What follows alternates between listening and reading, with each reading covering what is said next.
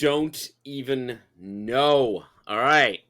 Welcome back. This is Shallow. This is Pedantic. We are on Patreon at patreon.com shallow pedantic, which is really important because we just put a new issue out, or we're about to. Is that not correct, boys? That is correct. It is correct. And what's new with this issue is one or five things. We are actually putting the tagline on the cover. It's Yes. insect inside, which is like insecticide, and also because we're old, we remember Intel.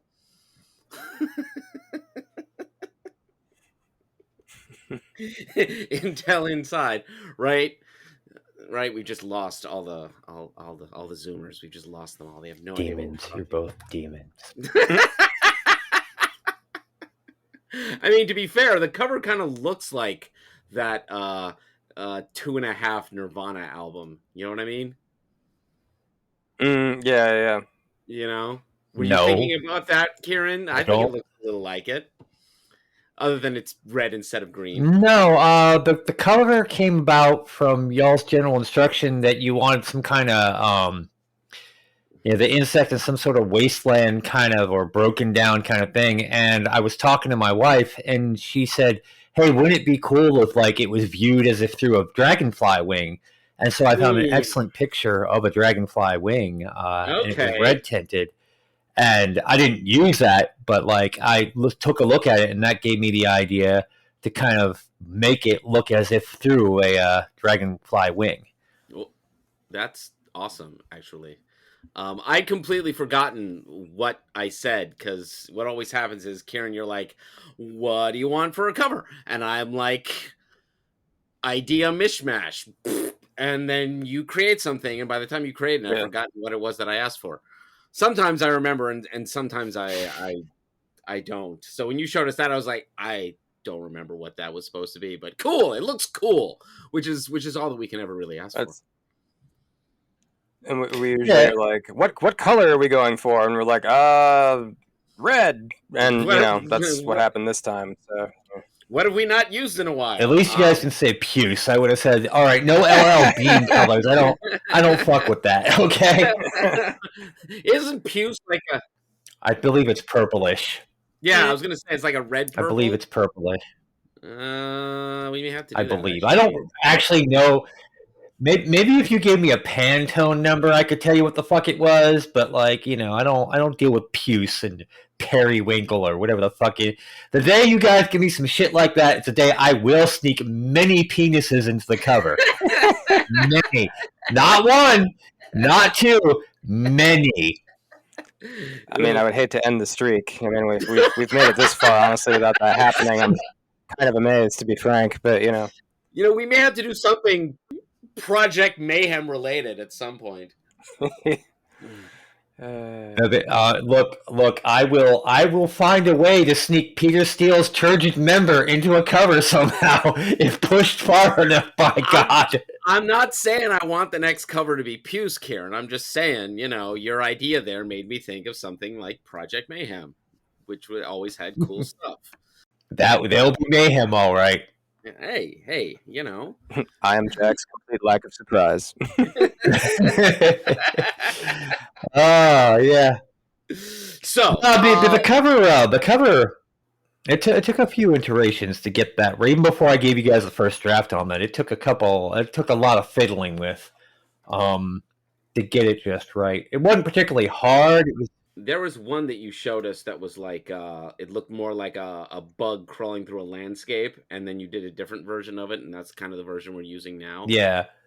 I wasn't pleased with that. That was just I looked at that like, I'm gonna do something better.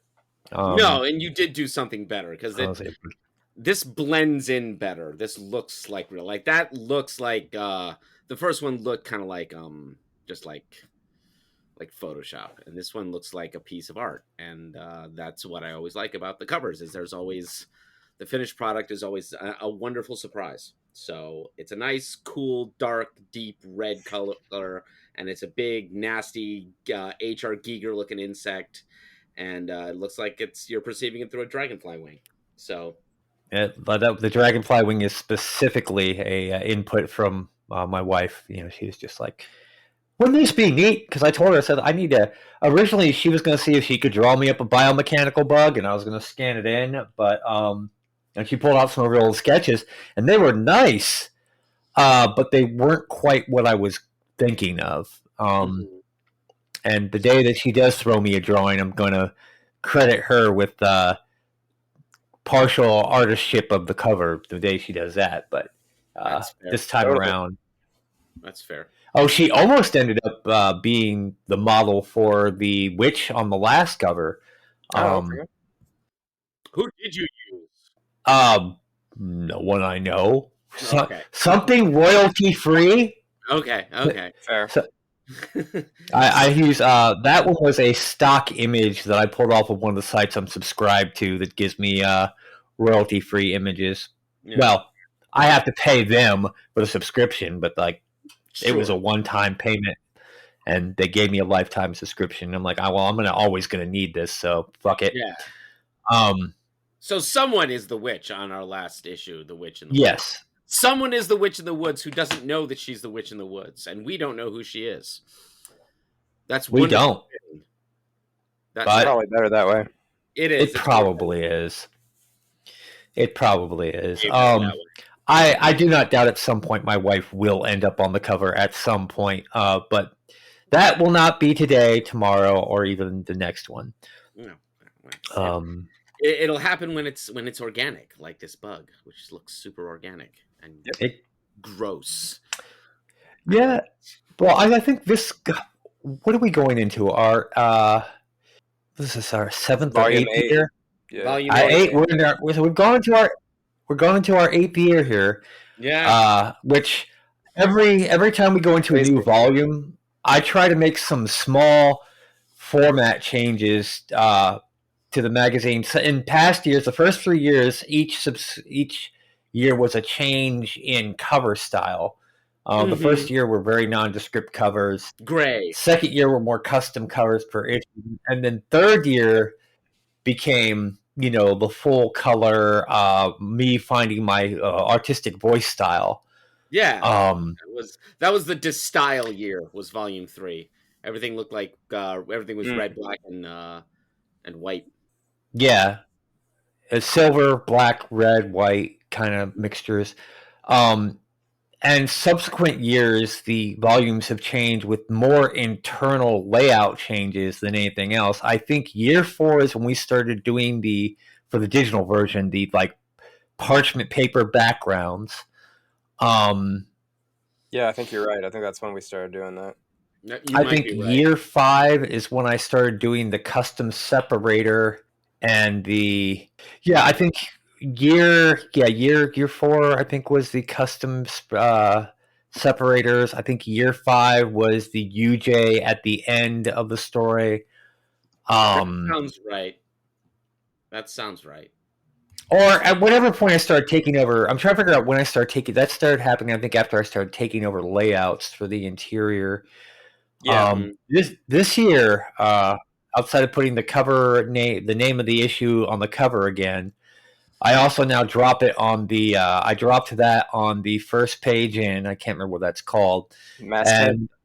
Yeah, the masthead. Okay. Yeah, on the inner cover of the masthead. And this time I've actually have volume number, number of that volume, and now overall issue number is on that too. And I've done some small modifications to the layout of the header and the footer of the individual pages so that I don't have to. It works better for both print and digital now, so it's just one and done at this point. It's become those very are the efficient. major changes I made this time around.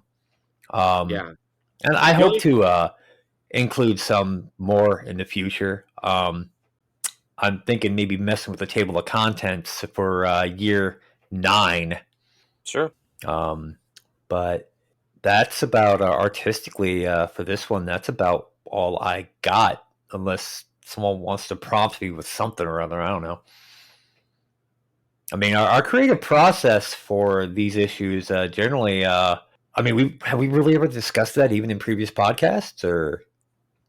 Um, I don't know. I think there have been nods to it, but I don't know that we necessarily did much of a sort of a deep dive or an explainer about how we put these together, how we collaborate.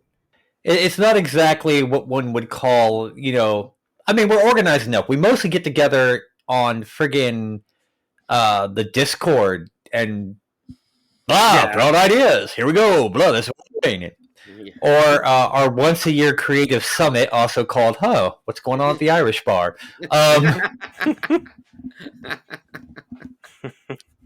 We should have those creative summits a little more often. I agree. Yep. I agree. Look, if it was good enough for Hemingway. Yeah, no. I mean, who are we if not trying to emulate the Lost Generation? I give it to you. I give it to you. But in any case, every issue has a couple of pieces that I write, a couple of pieces that Mike writes, and that's kind of where we've been for the last several volumes. But as of this volume, in addition to everything Kieran's doing with layout and cover, we're doing something that Mike's been wanting to do for like years now, and it's in the from the editor. So why don't you go ahead and tell the people what's happening, Mike? Okay, yeah. So we're opening up Unnamed Journal to submissions for our next issue, which will be released sometime in April. Sometime in April. Yeah, sometime in April. It should be April 15th, but sometimes these things slide a little. But and that's fine. We'll have it out by the end of April for sure. Mm-hmm. We are setting a firm deadline of March 15th for submissions. And folks can send us their pieces, either stories, poem, or an essay. If you've got like a rant or a screed that we like, screeds are great. Yep. Yeah. And we'll have, if you can submit that to us via the Unnamed Journal at gmail.com. And if we like your piece and we want to use it in the next issue, we'll give you $25. We will do that very thing. $25 flat fee, regardless of size, and payable via like whatever way you want to do it. Like PayPal's awesome. We can work that way. So that is the new pennies if you'd thing. like. I mean, we'll give it to you. We could go get a shitload of dimes and do it that way if you really want to. We could pay you in a bag of doorknob. We could pay you, yes, a pillowcase full of doorknobs. $25 worth of doorknobs and a pillowcase for you. If that's how you'd like it. Dried cod, whatever suits you. Yeah. Giant cat feces. $25 of deer jerky. Yeah. It could be an actual buck, a buckskin. We can do it that way. We can go really traditional. We can pay you in weasels. $25 worth of weasels. That may be part of a weasel. I do not believe I you was can just buy gonna say, it. how many weasels is $25 going to get you? It's going to cost more than $25 to catch $25 worth of weasels. I'm just creating a complex economic conundrum now. The ROI is not good. It's just not there. Sorry. I don't care what marketing says. They're on blow all the time. They think it's a great idea. It's not really working yet. Dirt. We can give you $25 of dirt. I mean, it's gonna be worth a lot. It's gonna be worth a lot of money soon. Dirt, and just watch out. Dirt and water, and I mean, if I understood crypto, we could probably pay in crypto, but I don't understand crypto. I wouldn't, but that's what you want. And listening to crypto Twitter does not make it any clearer. It's all gibberish. It's all gibberish. Yeah. But that's fine. They understand what they're talking about, and that's really all that matters. So that's for next issue, which will be issue 34. Let's talk about what's in issue 33, which is right now on the Patreon, and will be on Gumroad tomorrow. Probably, I think so. Yeah, and on Amazon shortly after that. So what's in it? We got 4 pieces. not including Mike's from the editor, which is always a treat. And it talks about the same submission guidelines and pay scale and all of that stuff. So if you missed it and you don't feel like winding back the podcast, it's all there and from the editor. Also, we're probably going to put it on the Facebook page and on Content Blues and Yeah, the Twitter and every place else under the sun. So you cannot possibly avoid this information. So for this issue, we have 4 pieces: 2 by Mike, 2 by me, which is pretty standard operating procedure.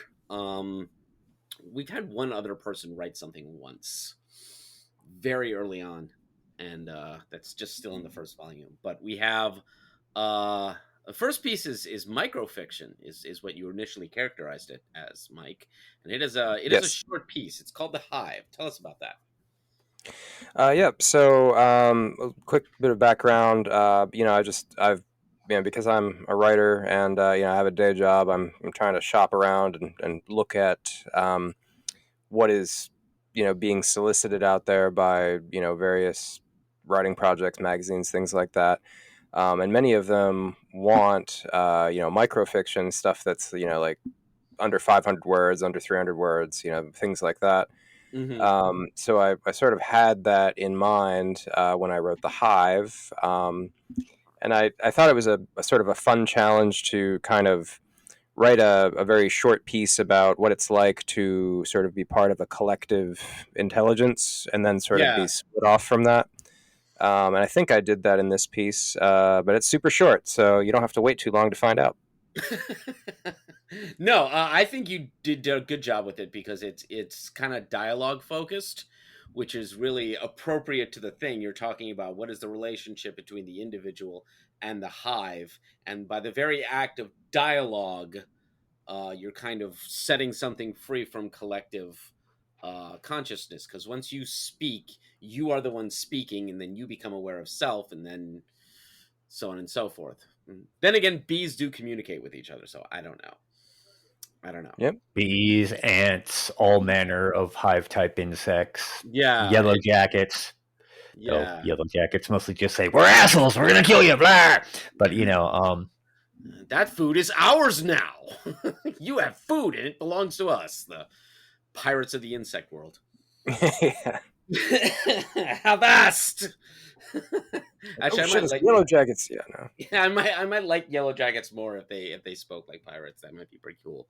But no, I like the method you did because I'm also a dialogue person. I love writing dialogue, which is pretty much pretty evident to anyone who reads my stuff. But I thought it was very cool because you stuck it right to the whole individuation, breaking away from the collective, and through a process of dialogue. And I liked your ending. Thank you. That was nice and to the point. You do pretty interesting perspectives from because I can't remember how many other pieces. I know you've done one other piece that's from perspective of a non-human. The groundhog being one of them coming to mind. Yeah. That was in our first issue. That's a great story. That's one of my favorites. Yeah. Where the blue clover globes grows. I love that one. Yeah. Oh, thank you. It's fun to kind of try to write it, to sort of let your imagination run wild and just try to try to think about what it's like to be something that's a non-human perspective in fiction. Yeah. And that's I think that's a good segue to the second piece in the issue that Andrew wrote, which is "You're Not You," which is sort of, it is human perspective, but it's an ever shifting one and a rearranged one. You want to tell us a little bit about that? Yeah, this "You're Not You" is something I've been fighting with for months. It's something that I had an idea of, and it just kept getting further and further away the more I worked at it. So I don't know how I managed to actually finish it, but I did. And I like the idea of getting into a machine, and the machine reprograms your consciousness so that you have an entirely new identity and an entirely new skill set that goes with that identity. So you're not just like, because learning and skill sets, it's muscle memory. but it's also, I mean, even that's neurological. So you can be like, I think that idea actually came from that Stallone movie where he goes to the future. What's the one I'm thinking? Demolition Man. Oh, sure. He spends like decades in deep freeze, and he wakes up and he wants to like knit things because that's what they programmed him to do is to have a deep love of knitting. So he's like constantly pulling yarn out and doing that, and it's Also seems a little reminiscent if you think about a little bit of the Total Recall, where Schwarzenegger is reprogrammed into a from apparently he was a spy and becomes a construction worker, and then he goes to space, and then you don't know if he actually experienced it. It's at the end of the movie. You don't know, did this happen? Is this part right. of the mental vacation he went on? I don't know. Yeah. So what you're telling me is that I just ripped off Total Recall for this story. No. No. I kind of thought of it as your story as like We Can Remember It For You Wholesale, which is the basis for Total Recall by PK Dick, Right. and Eternal Sunshine of the Spotless Mind, because there's that whole like, Yeah. clean slate, go do something else. But I liked the like reskilling and sort of just going somewhere, just like basically starting over again and going somewhere else. And I won't spoil the ending, but I thought that was a clever twist. I was kind of I mean, it's reminiscent of some of those fictions, but it doesn't necessarily follow them. Like it brings to mind, but you didn't copy Snot, so Okay, good, because I've never actually seen Total Recall. Oh, it's it's classic. It's fantastic. It's got a 3-titted whore. What more could you ask? Now that's a ripoff of Douglas Adams, as everybody knows. But I did not. I very limited exposure to Verhoeven. I've seen Showgirls. Well, I'm sorry. So have I, but I'm sorry. Yeah. Did you ever see the original RoboCop? Nope. Oh, you should. Also, Verhoeven. Angry American Robot Jesus. It's fantastic. Yes. Yeah. I've heard only good things, but for some reason, like I wasn't allowed to watch certain movies as a kid, and that was one of them. Like, that's funny because my dad specifically took me to see that. See, my dad took me to see Terminator 2, but I was like 14 by that point. But I saw that. I was only 10, so yeah, there was no way that was going to happen. My dad took me to see RoboCop because we had just seen Highlander in the movie theater, and we saw like a preview for RoboCop, and he's like, we're gonna go see that one too. So I'm like, rock, Dad, we're gonna totally go see that fucking shit. Because my dad would take me to see any friggin' sci-fi R-rated movie. Like it's sci-fi, we're gonna go see it. Yeah. What's the other Verhoeven movie I've seen? Basic Instinct. I've seen Basic Instinct. Oh yeah, sure. Yeah, I've seen that one. And he did Starship Troopers as well. Yeah, I was about to say, did he do Starship Troopers? I've seen it. I'm a huge fan of the novel, but I've never seen the movie. It's a very different take on the source matter. Novel, it's satirical. Yeah, they're both good. It's just two very different. Which is totally like a fine thing to do, right? Like with The Shining. The Shinin. Do you want to get sued? Yeah. Do you want to get sued? So yeah, it was just kind of like, how far does identity go, and can you shift it? And if you change your role in society, do you become a totally different person? And if you do that without remembering anything, like the kind of plasticity of memory, and how far does that go? Is kind of what I was farting around with. Also, I like doing the anagrams of the guy's name. Like how many different anagrams can I come up with that actually sound like a name? And some of those were a stretch. And if you are at heart a tool, are you always a tool? Yeah. Straight up. And speaking of tools, we can talk about Kung Fu Hussy. Yeah, no, it's I wrote this. Basically, it's a a retro. Well, it's not really retro. Well, I guess it is. It's because it's set in the '90s, so I guess that makes it retro. Yeah, yeah. Um, you know, it's a he's a teenage boy that puts on dresses to basically antagonize or to attract attention of people that would take exception to a young man wearing a dress, and Hmm. therefore he gets to practice his kung fu, which he's very good at. Yeah. Um, this, of course, eventually creates problems for him.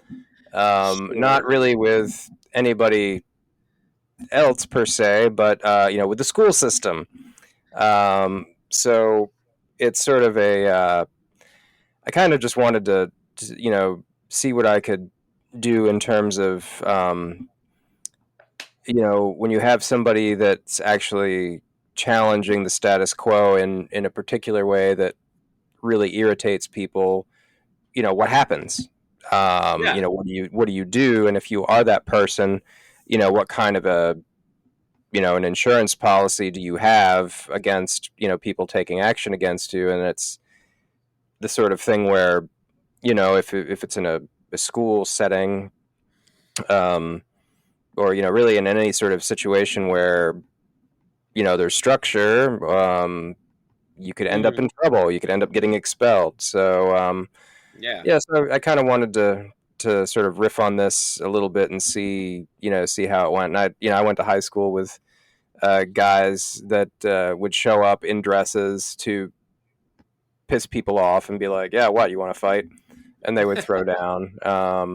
And it So this was is it something was you funny. observed. So this is something that happened. Yeah, no, it was something that actually happened. Like I went to school in a dress a few times, basically as like solidarity. Nobody wanted to fight me, so that was cool. Um, but it was just like it was. I don't know. These were all like my punk friends, and it was just like the punk thing to do for like a period of time. We're like, oh, this really pisses people off. Yeah, let's do it. I'll fucking wear a dress, man. It's gonna be That great. that sounds like the most punk rock thing. That is the most punk rock '90s thing. That like that's so perfect. Just like the I I whole. can I can only add to this to say Coke or Pepsi. Yeah, pretty much. Yeah, Coke or Pepsi, or I pee in your ear. yeah, yeah. This was also in like Southeast PA, and there wasn't a lot going on. So if you could, piss somebody off and get a rise out of them, that was like, oh, hey, shit, something happened today. So So yeah, yeah. Ah, So it's trolling, and also the other aspect of it is the guy wants to fight. Like he does. he's doing this so he can use kung fu, and so he can beat people up. He's basically picking fights in a He in a is. very particular kind of a way. And Yep. what I liked about that, what I like about what you did with this story is you made it very matter of fact. You're like, this is why I'm doing this. Then this happens. These are the conversations that I have as a result. And you kind of leave it like let it follow its own logical progression. Like you don't really have like, even though this sounds like something that would be very provocative, you're not writing it with an agenda in mind. You're just like, here's a thing, like kind of almost leaving it up to the reader. Like, what do you think of this guy and what he's doing? How do you feel about this? Which is at least was my take on it when I read it. Yeah, and I wanted to have I wanted him to have like a sort of a guiding philosophy, or having some things that were you know uh, guiding his actions, and I sort of wanted to have it be a story where he may not really have his head screwed on right about why he's doing these things, but he has thought about it. Yes. So you know, so there was sort of that component. Um, but yeah, no. Speaking of thinking of things and sort of taking things to their logical conclusion, but in a deductive sense, we have the conclusion to "Don't Touch the Dead." Oh man, this thing. I don't know if I've talked about this thing before. This thing is a. I started this. Oh God, not just over a decade ago, because we've been doing like UJ. This is our eighth volume, so we've been doing that. This thing was already started Hmm. before you and I met, Mike, because Oh we met wow. at grad school. Yeah, and this thing was already started when I was like in my early 20s. Actually, shit, this goes back to high school. I was kind of like the kind of kid who liked reading about like the Middle Ages and medieval history, monarchies. My party trick is I can name all the kings and queens of England since 1066 plus the dates of their reign. Like Wow. I'm, yeah, I can do it. It's not even hard. But I sort of like created my own world when I was in high school, and I typed it all out on this electric typewriter that I had, and I still have it all. And then I kind of created this world, and then in my 20s, I wrote my very first novel, which is a trunk novel at this point. It's in a big old binder over there, and someday I'm going to go back to it. But a lot of the fantasy stuff that I write is connected to this world, Mm. like Tig and Drea. They're connected to this world, and so too is Don't Touch the Dead. In fact, in that novel, which is called The Island Prince, um, which is basically a Hamlet kind of story, but there's a character who's a antagonist whose ancestor is the main character in Don't Touch the Dead. So this is kind of Uh, like a prequel. And I like the idea of writing a medieval fantasy mystery, kind of like Brother Cadfile, or but That was set a in good series. yeah, Brother Cadfile's awesome. And there's some very obviously strong influence of Stephen Brust in that whole like self-overhearing first-person narrator with a lot of like endless sardonic asides, which is what's in Drunk Vampire Hunter as well. But I kind of like farted around with it and got about halfway through, and then I didn't know what to do next. mm. I didn't know how to finish the story, or I just kind of started writing it and was like, I don't even know who did it, which is not what you should do when you write a mystery. So I don't know when it was, because like this is the part 3 that's in this issue, and so it was like October was part 2, July was part 3. So sometime last summer, I must have decided to. I was just going through this, looking through the archives of stuff because I have a bunch of this stuff saved on my computer, and I just kind of started looking at it and reading it, and I was like, this isn't bad. I I really enjoyed this. Why did I put this down? So it's like, all right, let's finish it. So I did. So the first 6 chapters were pretty much already written, Mm. more or less. Like what was in the first what was in the July issue and what was in the October issue, that all pretty much with some minor tweaks already existed. So what's in this issue, chapters 7, 8, 9, and 10, is the actual stuff is actually new, and it's the conclusion. And I had to like basically sit down with a lot of note taking, like, okay, who killed the guy, why, how do I retrofit that to what I already created. And I more or less did. It's only 10 chapters. It's a glorified novella, but it might not even be a novella because some of the chapters are not even 1,000 words. At least they're not half chapters. True. Did I tell you about those Grigner Mythos books that I picked up? Did I No. Oh, tell you you about told that? me you were going to. I didn't. You have them now? Oh Oh yeah. Oh God. yeah. Yeah. Like Oh. Oh this God. one. This is Oh. Grignier the Accordion, and this is the guy who's like Oh. who basically edited Eye of Argon and like fixed everything that was wrong with it, but kept the story as it was. And it is not bad. Oh. It is Okay. it is a very serviceable hack and slash kind of a story. Okay. Because the bones of the story were always there. It just needed some proper editing and some better execution. And so yeah, this is good. And this volume includes the original Eye of Argon. Um, and so does this, which is the further adventures of Grignier the Accordion. And this is a Huh. bunch of people who decided to write other stories in the Grigner universe, as it were. And I was genuinely excited when I saw this because I thought, wouldn't it be great if this terrible, terrible story that this teenager created became like the basis for like an actual story of that had like actual good stories in it, like that would be like the perfect redemption arc for the late Jim Tice. I think that would be great. And if this shit ends up on HBO, I blame you. I accept that. And so like some of these are like parodies of Eye of Argon, because there's like 4 or 5 or 7 or 8 stories in this, and some of these are parodies, and at least one of the parodies is actually funny, but most of them are not, because you can't really parody the Eye of Argon. So I give you Thumb of Neon.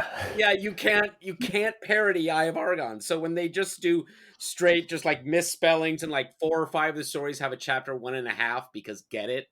But there's one story, Grigner and the Tomb of Really Bad Evil.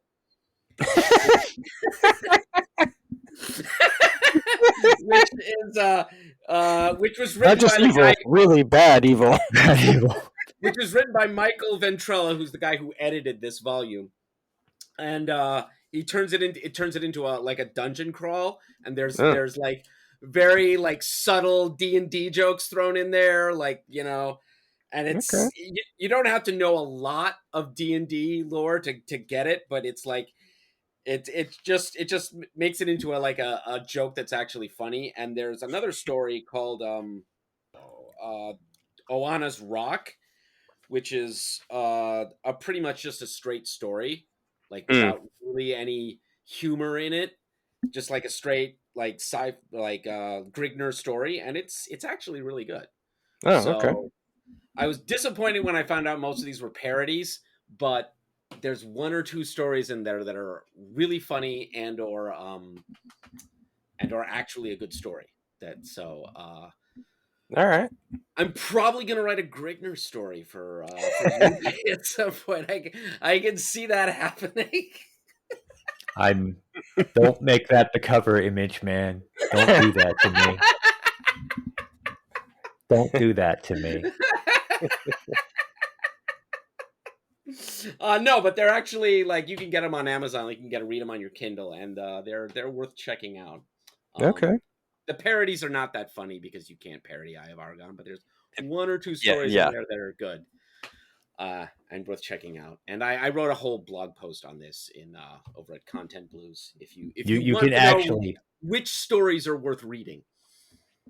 You can actually reasonably write a straight riff on like Eye of Argon. It's pretty much a parody. So I mean, you know, like you can just not even be trying. Just whip out that thesaurus and go to town with way more adjectives than necessary. Purple prose that shit to hell.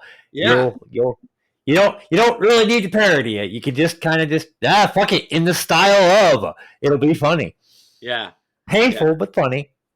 So I'm hoping that Don't Touch the Dead in a complete volume is neither painful and only funny where it's intended to be funny. I think I tied up everything well enough for it to work, and in a way that's believable. There's a very short denouement chapter that kind of wraps things up, puts a nice bow on it, and I may write more of this character and his playmakers and what's going on in this kingdom of Rontora, which is the kingdom that was, you know, my first novel that I wrote decades ago was set in. So I really enjoyed it. I thought it was a good end to, you know, to the story that you had started, and I thought it was really well done. I enjoyed it. I don't want to say too much because I don't want to sort of spoil, because it's the, you know, it's here's what actually happened. But I thought it was really, I really liked it. I thought it was really well done. Thanks. Reviewing mysteries are difficult that way if you're trying not to spoil it. No, it's you could basically say like you know, because mysteries genre all about sticking the landing, and if you stick the landing well enough, I was kind of thinking about Raymond Chandler and some shorter works, because he wrote a whole bunch of shorter mysteries. That's kind of where my mind was at with this. but I think I'm going to do some more because they are fun to write, and I'm also supposed to be doing a drunk vampire hunter story that was supposed to be submitted on the 31st, but I don't know if I'm going to finish it. Um, I might, I might just do like a marathon session tomorrow, and knock it out, and then edit it and send it. I might do that. What might we see in the future? Volume 2, the further tales of the drunk vampire hunter. Yeah, this is for submission because some magazine wants a story about Renfields. So Oh, there you go. Okay. yeah, and I've been watching that Netflix documentary about Sons of Sam, Mm. which is really good if you're into that sort of thing. But it's kind of like a Okay. whole cult explanation for the Son of Sam that what's his face didn't act alone. Oh, Ah, Berkowitz. yes. Berkowitz didn't Yeah. act alone. Like he was there and he did it, and that's kind of the most recent story he's given out. Is like, yeah, I killed some of them, but I didn't kill all of them. Huh. There was a group of us. So whether he's telling the truth, Oh, you must have seen the episode of the Venture Brothers. Yeah. Which episode is that? Oh, the episode of the Venture Brothers where you have the Scooby Gang, except they're famous serial killers. You've got Ted Bundy, Sonny Berkowitz. I can't remember who the other two are, but I picked up on the Shaggy character being Son of Sam. I did yeah, not pick up on the others being yeah. also serial killers. I'm gonna have to Wow. rewatch Yeah. that episode because I love that. That's the best. Oh, Patty Hearst is Daphne. Daphne Oh, is that's now right. that Yeah. makes sense. Now that makes sense that Daphne's a Patty Hearst thing. And And I can't remember who the Velma character was, but it was a person that was also a killer. I can't remember. I was watching a retrospective on Venture Brothers, and they mentioned that. And what are you doing, Attila? he's being a cat. That's what he's doing. You would think. Damn, where was I going with that? The same place I go everywhere. Really, nowhere. Trying to take over the world. Well, I'm doing a piss poor job of that. Let me tell you, doing a piss poor same. job of that. That's same. I haven't scheduled a single political execution all lifetime. I mean, it's only first quarter. You still got time. Yeah. oh, I still have time. You got to get those numbers up. Those rookie numbers. I mean, first I have to take the damn world over, which is looking to be like more of a sunk cost fallacy kind of thing at this point. Or Well, so once you take over, then you'll be expected to rule it, which is just I mean, man, and I gotta rule it, and we all know that I can't rule except by arbitrary means and by moments of whim. I mean, that level of power just means pranks, nonstop, deadly, cruel, and capricious pranks at that. Why would you do it any other way? Honestly, I mean, right? What's the point of having power? Just hearing so many stories about various iterations from like Genghis Khan on with like the Mongols, and then them just kind of like riding in and taking some stuff over, and then like ruling with an iron fist until they basically just got bored and fucked off one day, and they're like, "Yeah, you people keep doing this stuff. We'll be back." And they're like, "Oh yes, of course." And they like fuck off and never come back. And they're like, "I don't think they're coming back." No, shit. If they do come back and they find us not doing the thing, they're gonna kill us. Keep doing the thing. What is that? That's like Raising Arizona, where the guys are like, "You better count to 100, Mississippi, and we might come back to see if you're doing it." And the guy does it for like 15, and then it's like, "Oh, the hell with this!" And he gets up, and they're driving back because they forgot the baby, and they're like. He's like, "Oh shit!" 25 Mississippi. That is the one thing I have noticed in history is I see very few instances of people that end up rulers deciding to use their power just to fuck with people, and I'm like, what a wasted opportunity. I mean, where's the mischief? Where's the mischief? There's maybe Mad King Ludwig, and he was thought to be insane. I mean, I don't know. Maybe he was building that castle just to fuck with people. I mean, yeah, but he inherited that. He didn't take power. Yeah. I mean, You have to be driven to take power. Otherwise, and if you're driven, then you're not just going to enjoy it. It's I feel that you need it, but what's the point if you can't enjoy it? Or maybe they do enjoy it. This method of enjoyment isn't my method, and mine is fucking with people nonstop without consequence. Good God, what more could you ask? I mean, it's why I don't know. I could never be a billionaire because I would spend half of that in a year just coming up with ornate pranks to fuck with people. Just like, This no longer pleases me. it's like, how can I fuck with someone today? What should I do to fuck with someone today? What elaborate jape shall I engender on the day? Yes, that should be quite funny. So, yeah. Maybe that was Caligula's deal. Maybe you're right.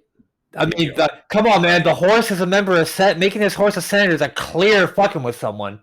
Well, he also inherited it, but there's also Nero. Yes. Nero, who did kill his mom just to enjoy absolute power, and that's a pretty vicious level of commitment. Yeah.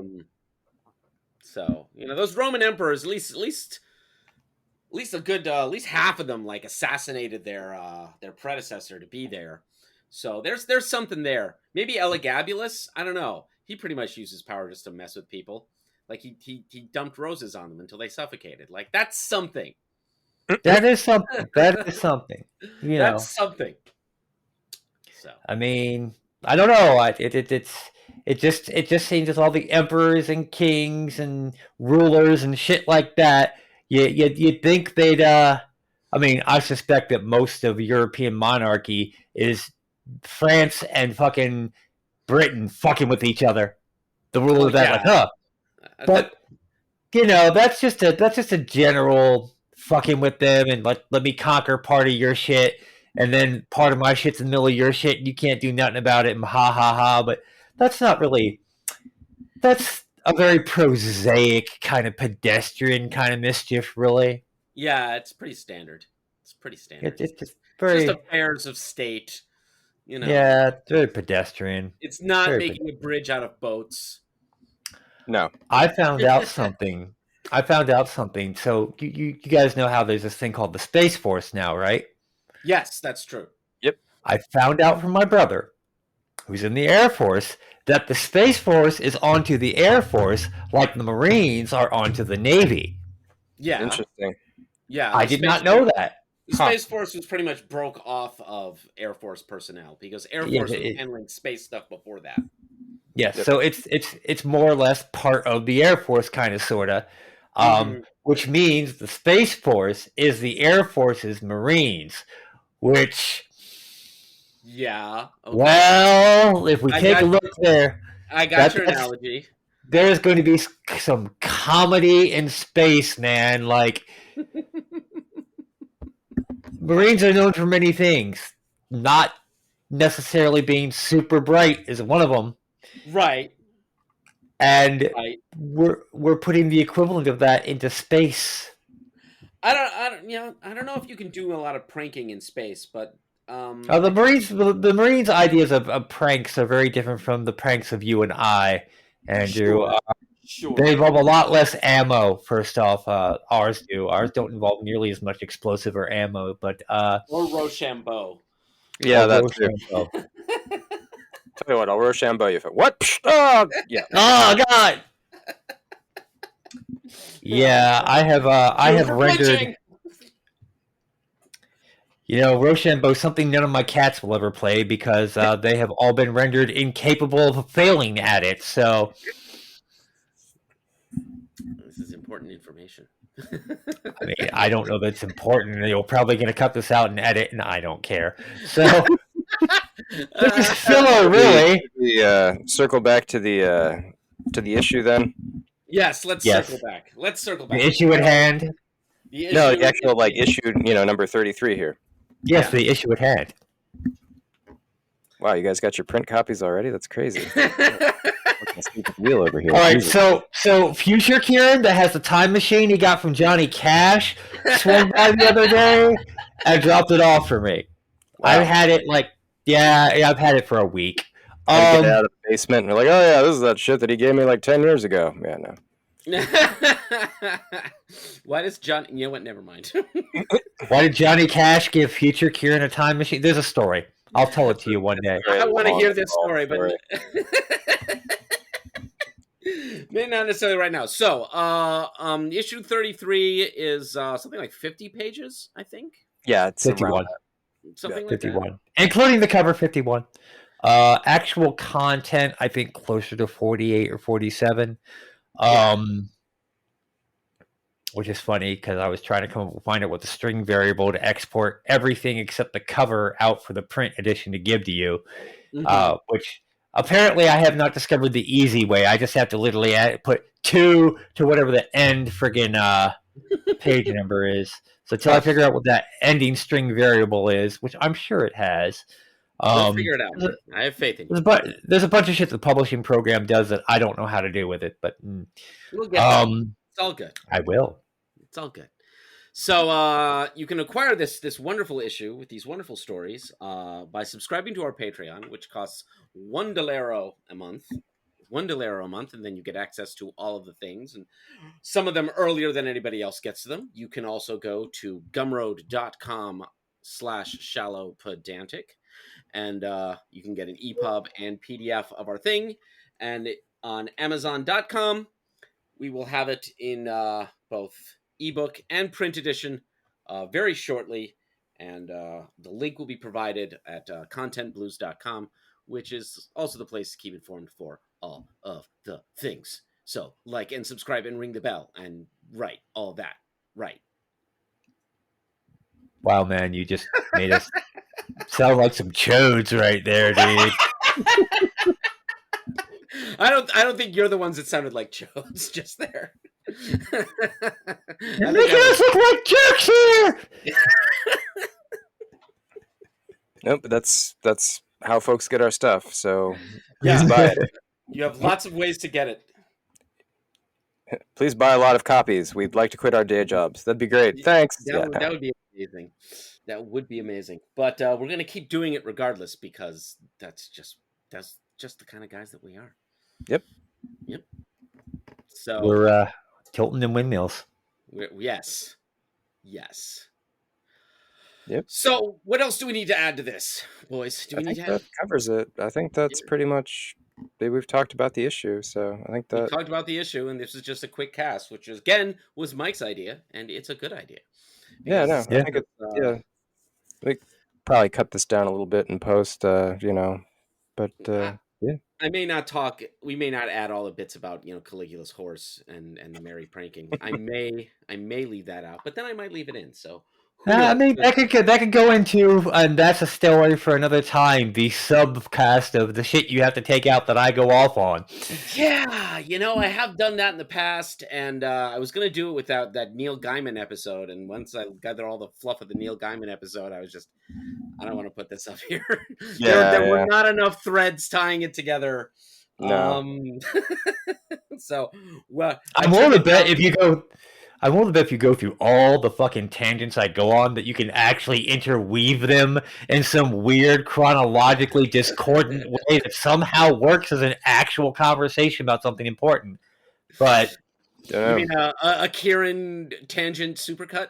Is that what you're suggesting? I mean, I don't. You tell me, Mike. You've known me for 20 some odd years at this point. I'm pretty sure that some of the conversations you've had with me have somehow circled back and made sense to something I said earlier. Yeah, I mean, it would just. I think if we were to try to do this with all of the outtakes from the podcast, it would just the editing would take a while. But yeah. I mean, I'd be willing to do it. I did do that Dune supercut episode. That was hilarious. That was awesome. That was hilarious.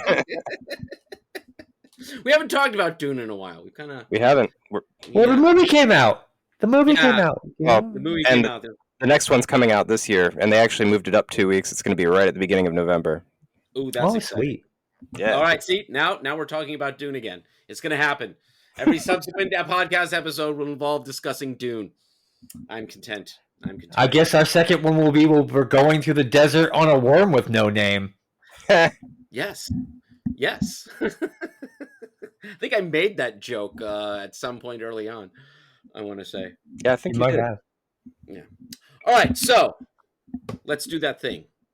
Let's do it. This has let's been do it. Shallow and Pedantic, the small edition. The small edition. Come check out our stuff and get your hands on issue 33 of Unnamed Journal. This is Andrew. This is Mike. And this is Kieran. Thank y'all for stopping by.